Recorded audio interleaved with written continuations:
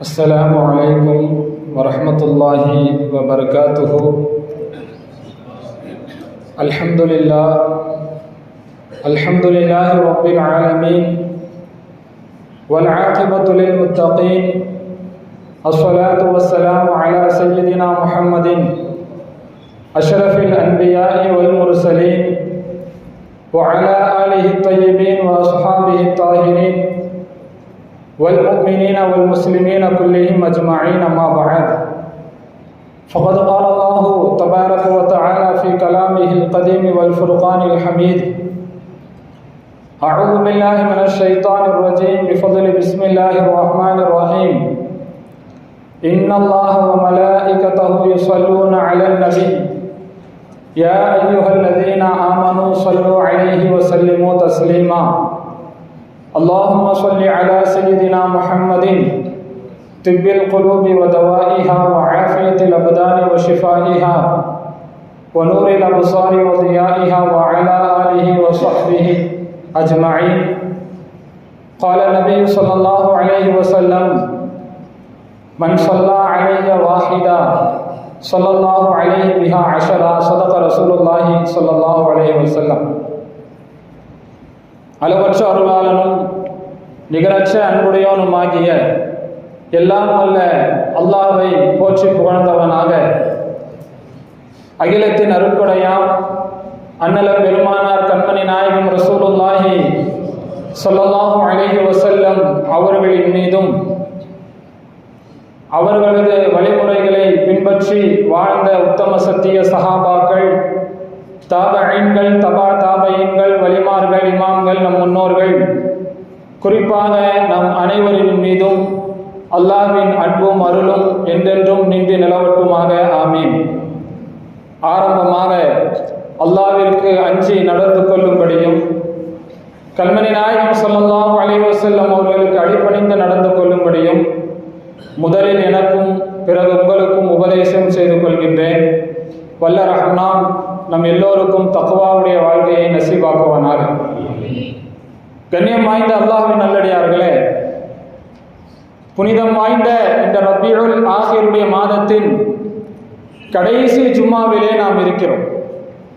இந்த ரபியுல் ஆஹிர் இந்த மாதம் உலகளாவிய முறையிலே இஸ்லாமிய வரலாற்றில் ஒரு பெரும் புரட்சியை ஏற்படுத்திய ஒரு மாமனிதர், இறைநேசர்களுக்கெல்லாம் தலைவர் என்று போற்றப்படக்கூடிய சையதுனா வ ஷேகுனா முஹியுத்தீன் அப்துல் காதர் ஜீலானி ரலியல்லாஹு அன்ஹு அவர்களுடைய நினைவு நாளை, அவர்கள் இந்த உலகத்திலே பிறந்த நாளை முன்னிட்டு வலிமார்கள் சம்பந்தமாக, அவர்கள் இந்த இஸ்லாத்திற்கு அவர்கள் ஆற்றிய சேவைகள் சம்பந்தமாக உலகம் முழுவதும் பேசப்படுவதை நாம் காண்கின்றோம்.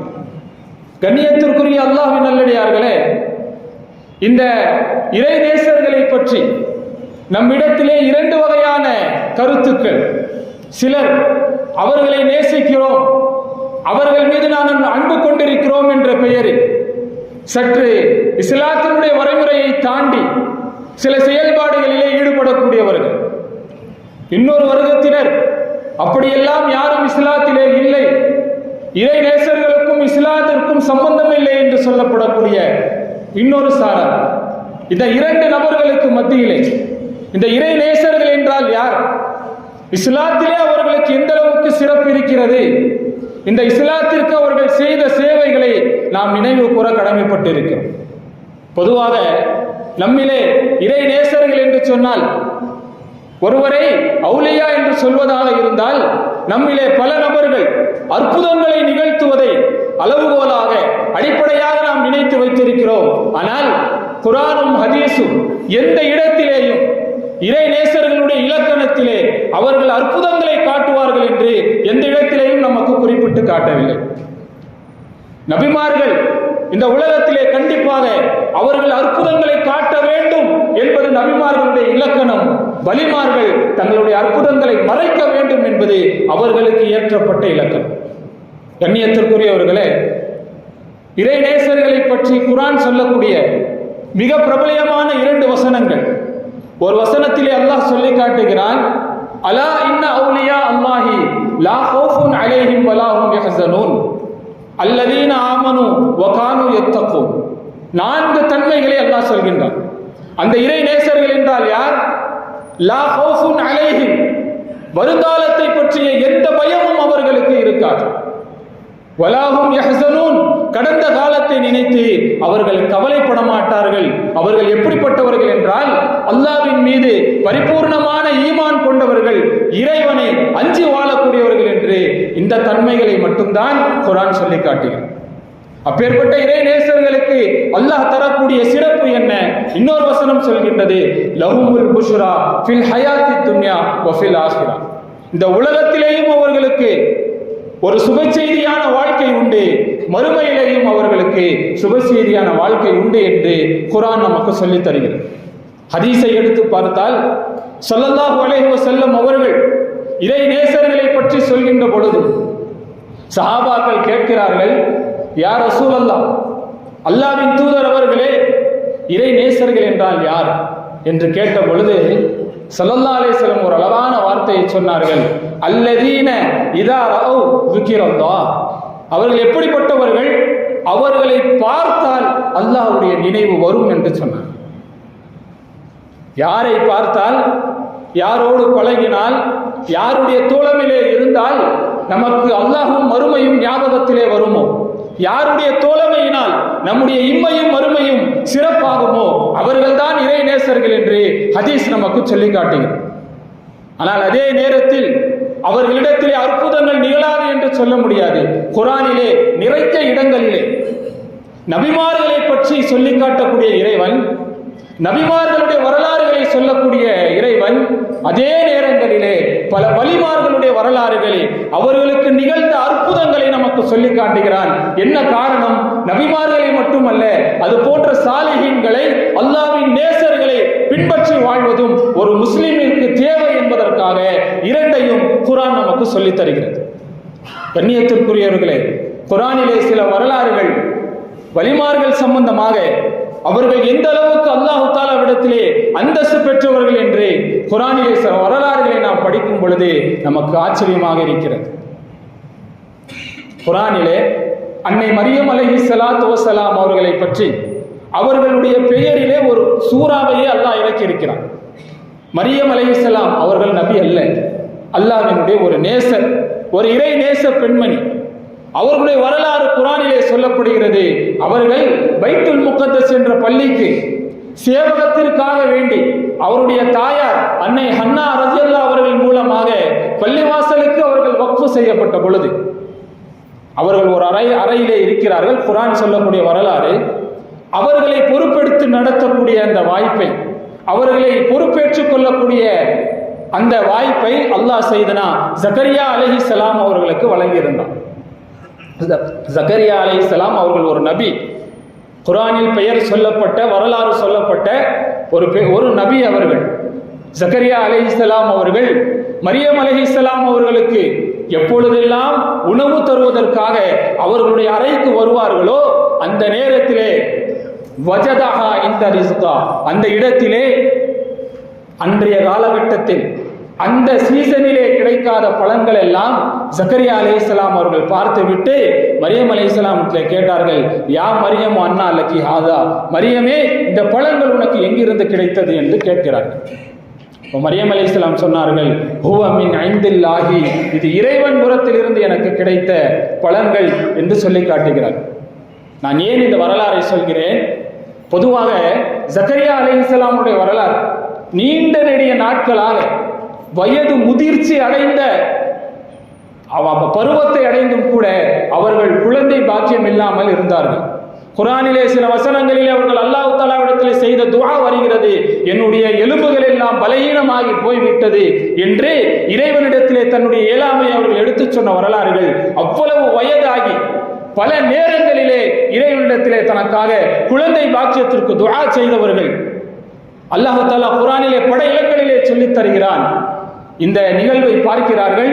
ஒரு இறை நேசருடைய இடத்திலே அல்லாஹ்வினுடைய அருள் அற்புதம் இறங்கக்கூடிய அந்த இடத்திலே நின்று ஜக்கரியா அலைஹிஸ்ஸலாம் ஹுனாலிக தஆ ஜக்கரியா ரப்பஹு, அதே இடத்தில் குர்ஆன் சொல்லக்கூடிய வார்த்தை ஹுனாலிக தஆ ஜக்கரியா, அதே இடத்திலே சையதுனா ஜக்கரியா அலைஹிஸ்ஸலாம் தன் இறைவனிடத்திலே துஆ செய்தார்கள். ரப்பி ஹப்லி மின் லதுன்க துர்ரியத்தன் தய்யிபா, எனக்கு ஒரு நல்ல குழந்தை செல்வத்தை நீ தருவாயாக என்று துஆ செய்கிறார்கள். திருமறையினுடைய அடுத்த வசனம் சொல்கின்றது ஃபனாதத்ஹுல் மலாயிகத்து வஹுவ யுஸல்லி ஃபில் மிஹ்ராப், அங்கே தொழுது கொண்டிருக்கக்கூடிய நேரத்தில் உடனே மலக்குமார்கள் அழைத்து சொன்னார்கள், இன்னல்லாஹ யுபஷ்ஷிருக பியஹ்யா, நிச்சயமாக அல்லாஹ் யஹ்யா என்கின்ற ஒரு குழந்தை செல்வத்தை உங்களுக்கு தருவதாக சுப செய்தி சொன்னான் என்று மலக்குகள் சொன்னதாக குர்ஆன் சொல்கின்றது. நான் சொல்ல வரக்கூடிய நோக்கம், இறை நேசர்களுக்கு அல்லாஹ் தஆலா விடத்திலே எவ்வளவு பெரிய அந்தஸ்து. ஒரு நபி பல இடங்களிலே துஆ செய்கிறார்கள், பல நாட்களாக துஆ செய்கிறார்கள். ஆனால் ஒரு இறை நேசருடையத்திலே இருந்து அவர்கள் துஆ கேட்டவுடன் உடனே அல்லாஹ் கபூல் செய்தான் என்று குர்ஆன் நமக்கு சொல்லித் தருகிறது.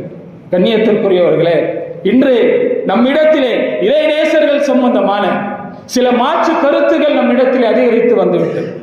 என்று வரை இந்த சமூகம் இந்த இறை நேசர்களை, இந்த இஸ்லாத்திற்காக செய்த தங்கள் உயிரையும் தியாகம் செய்த அந்த நல்லோர்களை நினைவு கூறிக்கொண்டிருந்ததோ அதுவரை அல்லாஹ்வினுடைய பாதுகாப்பும் அல்லாஹ்வினுடைய அருளும் அவர்களோடு இருந்தது.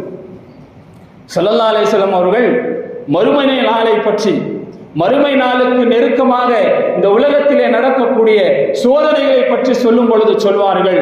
பல அடையாளங்களை சொல்லும் பொழுது ஸல்லல்லாஹு அலைஹி வஸல்லம் இப்படி சொன்னார்கள், கியாமத்திற்கு நெருக்கமாக சில கூட்டத்தார்கள் வருவார்கள், அவர்கள் தங்களுடைய முன்னோர்களை பற்றி திட்டுவார்கள், தவறாக பேசுவார்கள் என்று சொன்னார். அல்லாஹ் நம்மை எல்லாம் காப்பாற்றுவானாக. கண்ணியத்திற்குரியவர்களே, இறை நேசர்கள் இல்லாமல் இன்று வரை நம்மிடத்திலே இஸ்லாம் வந்து சேர்ந்திருக்காது. ஸல்லல்லாஹு அலைஹி வஸல்லம் அவர்கள் தன்னுடைய ஹஜ்ஜத்துல் விதாவிலே மக்களிடத்திலே இந்த இஸ்லாத்தை பரிபூர்ணமாக எத்தி வைத்ததற்கு பின்னால் இன்று வரை நம்மிடத்தில் இந்த தீனை கொண்டு வந்து சேர்த்தவர்கள் இந்த இறை நேச செல்வர்கள். ஏன் நம்முடைய இமாம்கள், நாம் பின்பற்றக்கூடிய இமாம்கள், பெரும் பெரும் அறிஞர்களாக நாம் நினைத்துக் கொண்டிருக்கக்கூடிய இமாம்கள் எல்லாம் பல இறை நேசர்களிடத்திலே சென்று ஆன்மீக கல்வியை கற்ற வரலாறுகளை நாம் பார்க்கிறோம். இன்று நம்மை ஹனஃபிகளாய் ஷாஃபிகளாய் அடையாளப்படுத்திக் கொள்கிறோம். வெறுமனே அந்த இமாம் அவர்கள் தொகுத்து தந்த அந்த ஃபிக்கு மசாயில்களை பின்பற்றுவர் உண்மையான ஷாஃபி அல்ல, உண்மையான ஹனஃபி அல்ல. அவர்கள் வாழ்ந்த வாழ்க்கையை நாம் பின்பற்றி வாழ வேண்டும். இமாமுனா அபூ ஹனீஃபத் அல் கூஃபி ரலியல்லாஹு அன்ஹு அவர்கள் இமாமுல் ஆலம் என்று புகழப்பட்டவர்கள். கிட்டத்தட்ட அவர்களுக்கு 4000 ஆசிரியர்கள் இருந்திருக்கிறார். 4000 ஆசிரியர்களிடத்திலே கல்வியை கற்றவர்கள். அவருடைய ஆசிரியரிலே ஆக முதன்மையிலே இருப்பவர்கள் பெஹலூல் என்கின்ற ஒரு பைத்தியக்காரர். பெஹலூல் என்றால் பைத்தியம் என்ற அர்த்தம். தெருக்களிலே பைத்தியத்தை போல் சுற்றிக் கொண்டிருக்கக்கூடிய ஒரு இறை நேசரிடத்திலே சென்றுதான் அமர்ந்து அவர்கள் ஆன்மீக கல்வியை கற்றிருக்கிறார். இமாமுனா ஷாஃபி ரலியல்லாஹு அன்ஹு அவர்கள் மாபெரும் சட்ட மேதையாய் எல்லோராலும் புகழப்பட்ட நேரம், ஷாஃபி இமாம் ஒரு சட்டத்தை சொல்லிவிட்டால் அதற்கு எதிர்கருத்து இல்லை என்கின்ற அளவுக்கு புகழ் பெற்ற அவர்கள் ஊருக்கு வெளியிலே ஆடுகளை மேய்த்துக் கொண்டிருந்த ஷைபானுர் ராயி என்கின்ற இறைநேசரிடத்திலே சென்று அமர்ந்து கல்வியை கற்றார்கள். ஏன்? இமாம் அல் வரை அஹ்மது இப்னு ஹம்பல் ரஹ்மத்துல்லாஹி அலைஹி இந்த சமுதாயத்திற்கு அவர்கள் செய்த சேவைகளை நாம் நினைத்து பார்க்க வேண்டும்.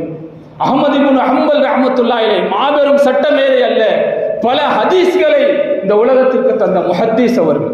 இமாமுனா புகாரி ரஹ்மத்துல்லாஹி அலைஹியுடைய ஆசிரியர் பெருந்தகையான அஹ்மது இப்னு ஹம்பல் ரஹ்மத்துல்லாஹி அலைஹி அவர்கள் காலணி கூட இல்லாமல் பெருங்காலோடு சுற்றி கொண்டிருக்கக்கூடிய பிஷ்ருல் ஹாஃபி இடத்திலே சென்று, ஹாஃபி என்றால் காலணி இல்லாதவன் என்று பொருள், பிஷ்ருல் ஹாஃபி இடத்திலே சென்று கல்வி படித்த நேரத்தில் இன்று நம்மை போல் சிந்தனை கொண்ட சிலர் அஹ்மது இப்னு ஹம்பல் இமாமிடத்தில் போய் கேட்குறாங்க, நீங்கள் எவ்வளோ பெரிய ஆலிமா இருக்கிறீங்க, ஊரில் எவ்வளோ பெரிய இமாமா இருக்கிறீங்க, போயும் ஒரு காலணி இல்லாத அவரிடத்திலே போய் மண்டியிட்டு கல்வி கற்கிறீர்கள் என்று சொன்ன பொழுது அஹ்மது இப்னு ஹம்பல் ரஹ்மத்துல்லாஹி அலைஹி சொன்ன வார்த்தை, என்னிடத்தில் இறைவனுடைய வேதத்தின் ஞானம் இருக்கிறது, என்னிடத்திலே வந்தால் வேதத்தினுடைய அல்லாஹ்வினுடைய வார்த்தை ஞானம் கிடைக்கும், அவரிடத்திலே அல்லாஹ் இருக்கிறார், அவரிடத்திலே சென்றால் தான் அல்லாஹ்வின் ஞானம் கிடைக்கும் என்று சொன்னார்.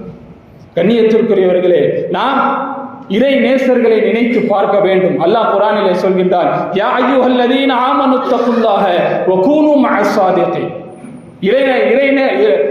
ஈமான் கொண்ட நன்மக்களே, நீங்கள் அல்லாஹ்விற்கு அஞ்சி நடந்து கொள்ளுங்கள், நல்லோர்களோடு சாலிஹீன்களோடு சேர்ந்து இருங்கள் என்று அல்லாஹ் சொல்கின்றார். அப்படி என்றால் என்ன அர்த்தம்? நமக்கு இறை அச்சம் வர வேண்டும் என்றால் நாம் நல்லோர்களோடு சேர்ந்து இருந்தால்தான் நமக்கு இறை அச்சம் வரும் என்று இந்த குர்ஆன் நமக்கு சொல்லித் தருகிறது.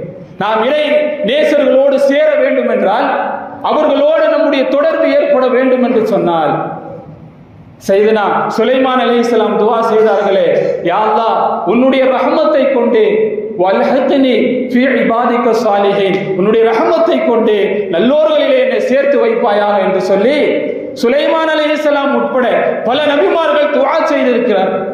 அப்படி என்றால் நம்முடைய வாழ்க்கையிலே இது போன்ற நல்லோர்களுடைய தொடர்பு நமக்கு ஏற்பட வேண்டும் என்றால் அல்லாஹ்வினுடைய தனிப்பட்ட அருள் நமக்கு தேவை, அல்லாஹ்வினுடைய தனிப்பட்ட ரஹமத்து நமக்கு தேவை. நாம் என்ன செய்ய வேண்டும்? எந்த அமல் நமக்கு அல்லாஹ்வினுடைய அருளை பெற்று தருமோ அந்த அமலிலே, அந்த செயலிலே நாம் அதிகமாக ஈடுபட வேண்டும்.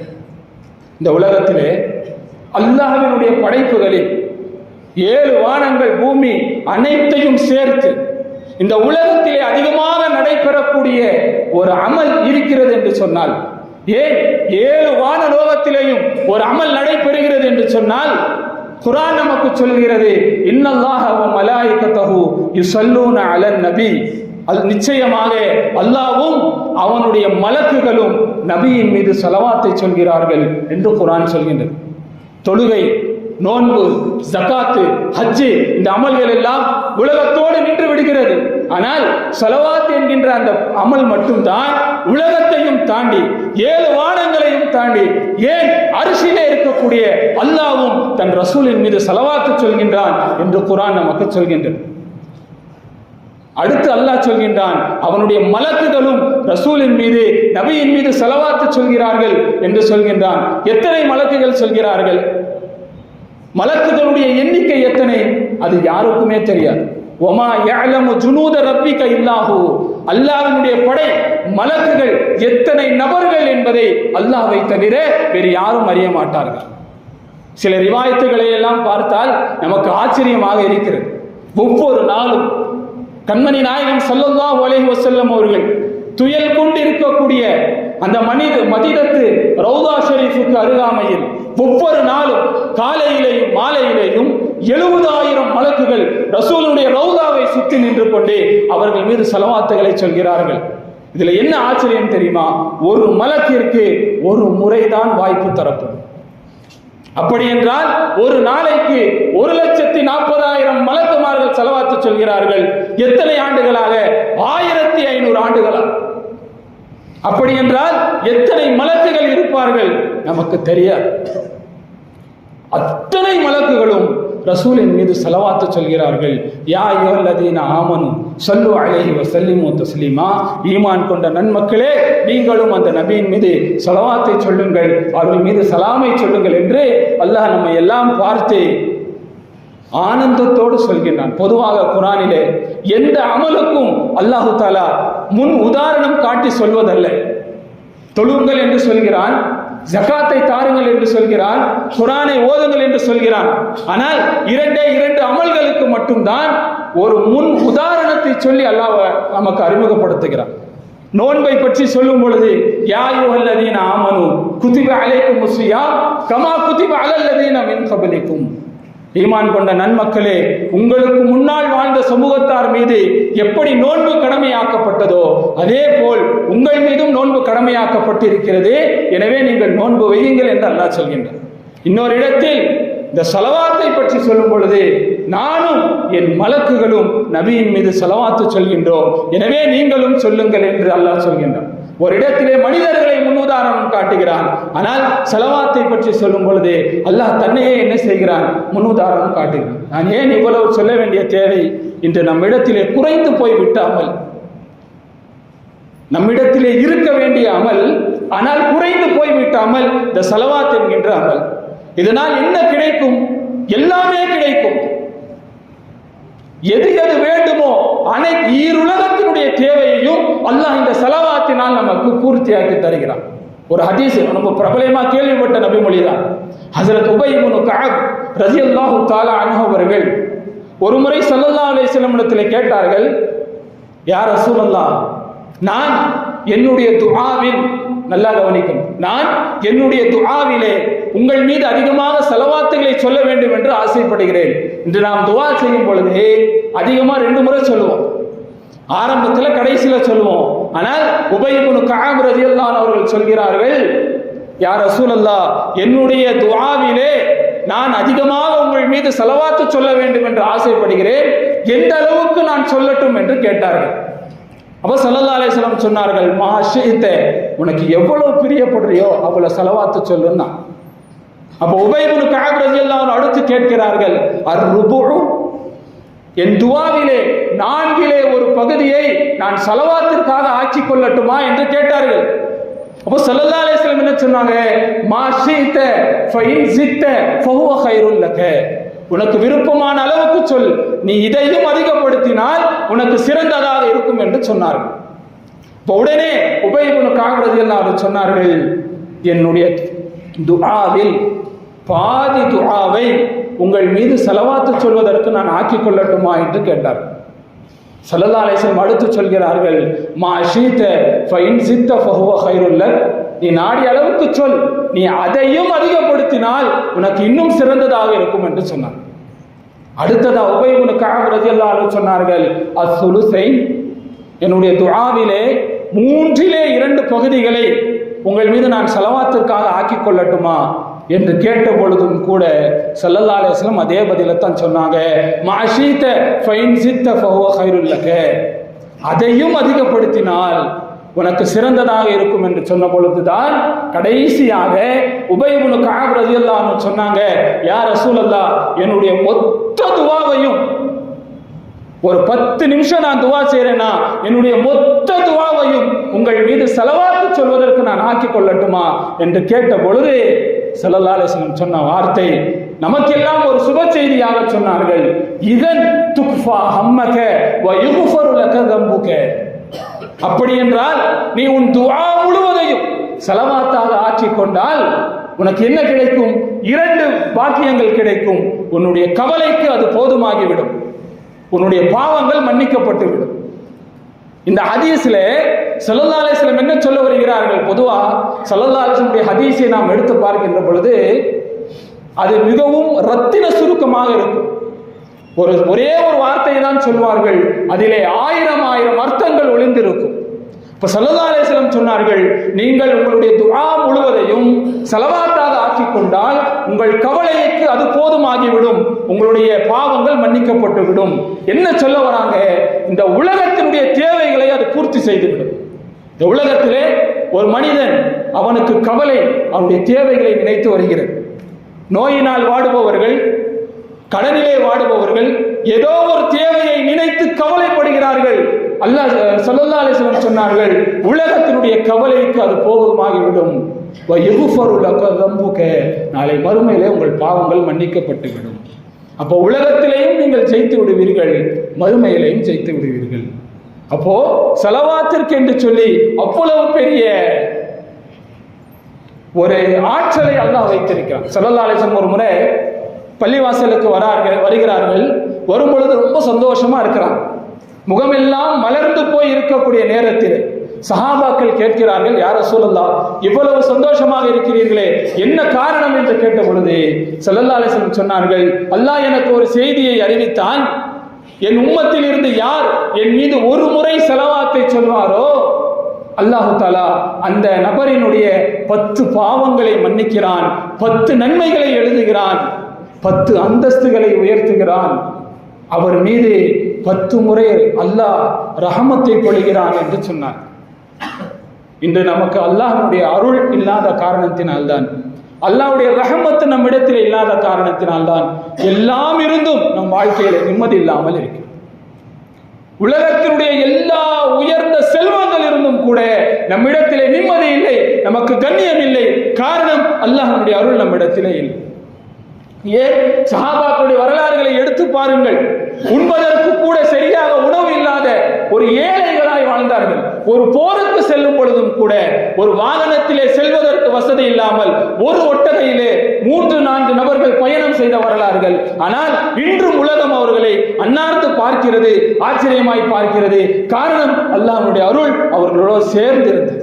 எனவே கண்ணியத்திற்குரியவர்களே, இந்த ஸலவாத் என்கின்ற அமலை நம்முடைய வாழ்க்கையிலே எல்லா நிலையிலேயும் நாம் மேற்கொள்ள வேண்டும். அதனால தான் மற்ற எந்த ஒரு அமலுக்குமே இல்லாத ஒரு சலுகையை அல்லாஹ் தஆலா ஸலவாத்திற்கு தந்திருக்கிறார். எல்லா விதமான கட்டுப்பாடுகளை, நிபந்தனைகளை தளர்த்தப்பட்ட ஒரு அமல் ஸலவாத்துடைய அமல். ஏன் ஒரு நபர் ஸல்லல்லாஹு அலைஹி வஸல்லம் மீது ஸலவாத்து சொல்லிவிட்டார் என்று சொன்னால் கண்டிப்பாக இந்த ஸலவாத்து ஏற்றுக்கொள்ளப்பட்டிருக்கும். ஸல்லல்லாஹு அலைஹி வஸல்லம் ஹதீஸில் சொன்னார்கள், உலகத்திலே ஒரு மலக்கு இருக்கிறார். அல்லாஹ் தஆலா ஒரு மலக்கை இந்த உலகத்திலே நியமித்திருக்கிறான்.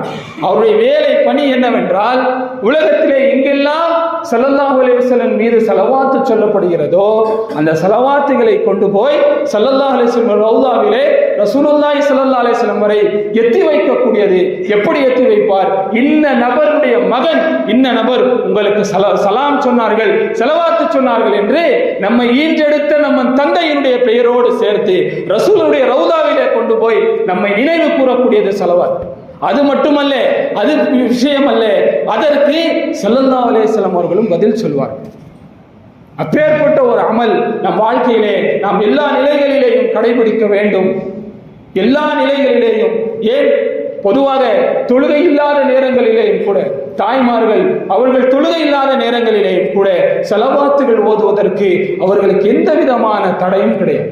எனவே அதிகமாக நம்முடைய வாழ்க்கையிலே நாம் ஸலவாத்துகளை ஓதுவதை நம்முடைய வளமையாக கொள்ள வேண்டும். வல்ல ரஹ்மான் நம் வாழ்க்கையில் எல்லா நிலையிலேயும் ஸலவாத்தோடு நம்முடைய நாவுகள் இணைந்திருக்கக்கூடிய பாக்கியத்தை, நம்முடைய உயிர் நம் உடலை விட்டு பிரியக்கூடிய நேரத்தில் நம் நாவுகள் எல்லாம் ஸலவாத்துகளினால் நனைந்திருக்கக்கூடிய பாக்கியத்தை வல்ல ரஹ்மான் நம் அனைவருக்கும் தந்தருள்வதோடு இஸ்லாத்தினுடைய வளர்ச்சிக்கு பாடுபட்ட இஸ்லாமியர்களை நம் வாழ்க்கையில் எல்லா நிலையிலேயும் நாம் நினைவு கூற வேண்டும்.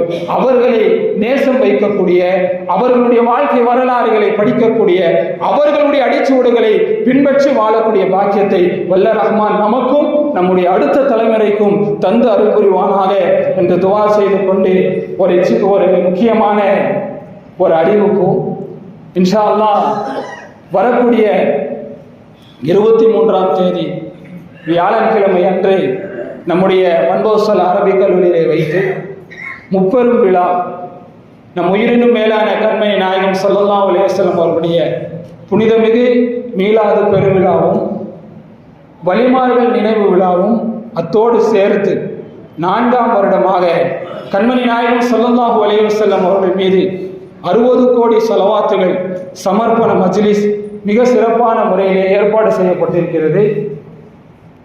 ஜமாத்தார்கள் எல்லோரும் அந்த புனிதமிகு அந்த மஜ்லிஸிலே கலந்து கொள்ள வேண்டும். அதிலேயும் குறிப்பாக பொதுவாக நம்மிடத்திலே ஒரு சின்ன தவறு ஒன்று இருக்கிறது. பொதுவாக ஒரு மஜ்லிஸ் நடக்குதுன்னா நம்ம கடைசி நேரத்தில் தான் வரதை வளமையாக வச்சிருக்கோம். அது பட்டம் விழாவாக இருந்தாலும் சரி, எந்த விழாவாக இருந்தாலும் சரி, விழா ஆரம்பிக்கும் பொழுது நாம் வருவதில்லை. ஆனால் இது போன்ற ஒரு பரக்கத்தான ஒரு சபை காலை 9 மணிக்கு ஆரம்பிக்கிறது. 9 மணியிலிருந்தே அல்லாஹ்வுடைய அருள் இறங்கக்கூடிய சபை, மலக்குமார்கள் சூழ்ந்து கொள்ளக்கூடிய அந்த சபை, அந்த சபைக்கு நாம் ஆரம்பத்திலேயே 9 மணியிலே இருந்தே நாம் முழுவதுமாக கலந்து கொள்வதற்கு முயற்சி செய்ய வேண்டும். எங்களுடைய கல்வியினுடைய நிர்வாக பெருமக்கள் ஒரு 4 ஆண்டுகளாக மிக சிறப்பான முறையிலே அந்த மஜ்லிஸை நடத்தி கொண்டு வருகிறார்கள். பல ஊர்களிலே நடப்பதை பார்த்து நம்முடைய ஊரிலேயும் இது போன்ற ஒரு மஜ்லிஸை ஏற்படுத்த வேண்டும் என்ற நன்னோக்கத்தில் ஏற்படுத்தப்பட்டு, உண்மையிலே சொல்ல வேண்டும் என்றால் இந்த ஸலவாத்தினால் நம்முடைய ஊருக்கு நிறைய பரக்கத்து கிடைத்திருக்கிறது. தனிப்பட்ட நபர்கள் நிறைய இந்த மஜ்லிஸினால நிறைய பிரயோஜனங்களை அவர்கள் அடைந்திருக்கிறார்கள். அது போன்ற ஒரு பரக்கத்தான ஒரு சபை, அதிலே எல்லோரும் கலந்து கொள்ள வேண்டும். அந்த சபையினுடைய நோக்கம் நம் வாழ்க்கையிலே எப்பொழுதும் ஸலவாத்து சொல்லக்கூடிய அந்த பழக்கம் நம்மிடத்தில் வர வேண்டும் என்பதுதான். எனவே அந்த மஜ்லிஸுக்காக நீங்களும் அதிகமாக ஸலவாத்துகளை ஓதி அந்த மஜ்லிஸிலே தாருங்கள். இன்ஷா அல்லாஹ் எல்லோருக்கும் அங்கே துஆ செய்யப்படும். வல்ல ரஹ்மான் சத்தியத்தை உறக்க சொல்லக்கூடிய பாக்கியத்தை, அதை சிந்தித்து செயல்படுத்தக்கூடிய பாக்கியத்தை நம் எல்லோருக்கும் தந்தரல் புரிவானாக. வாஹிரு தவானா அல்ஹம்துலில்லாஹி ரப்பில் ஆலமீன். அஸ்ஸலாமு அலைக்கும் வரஹ்மத்துல்லாஹி வபரகாத்துஹு.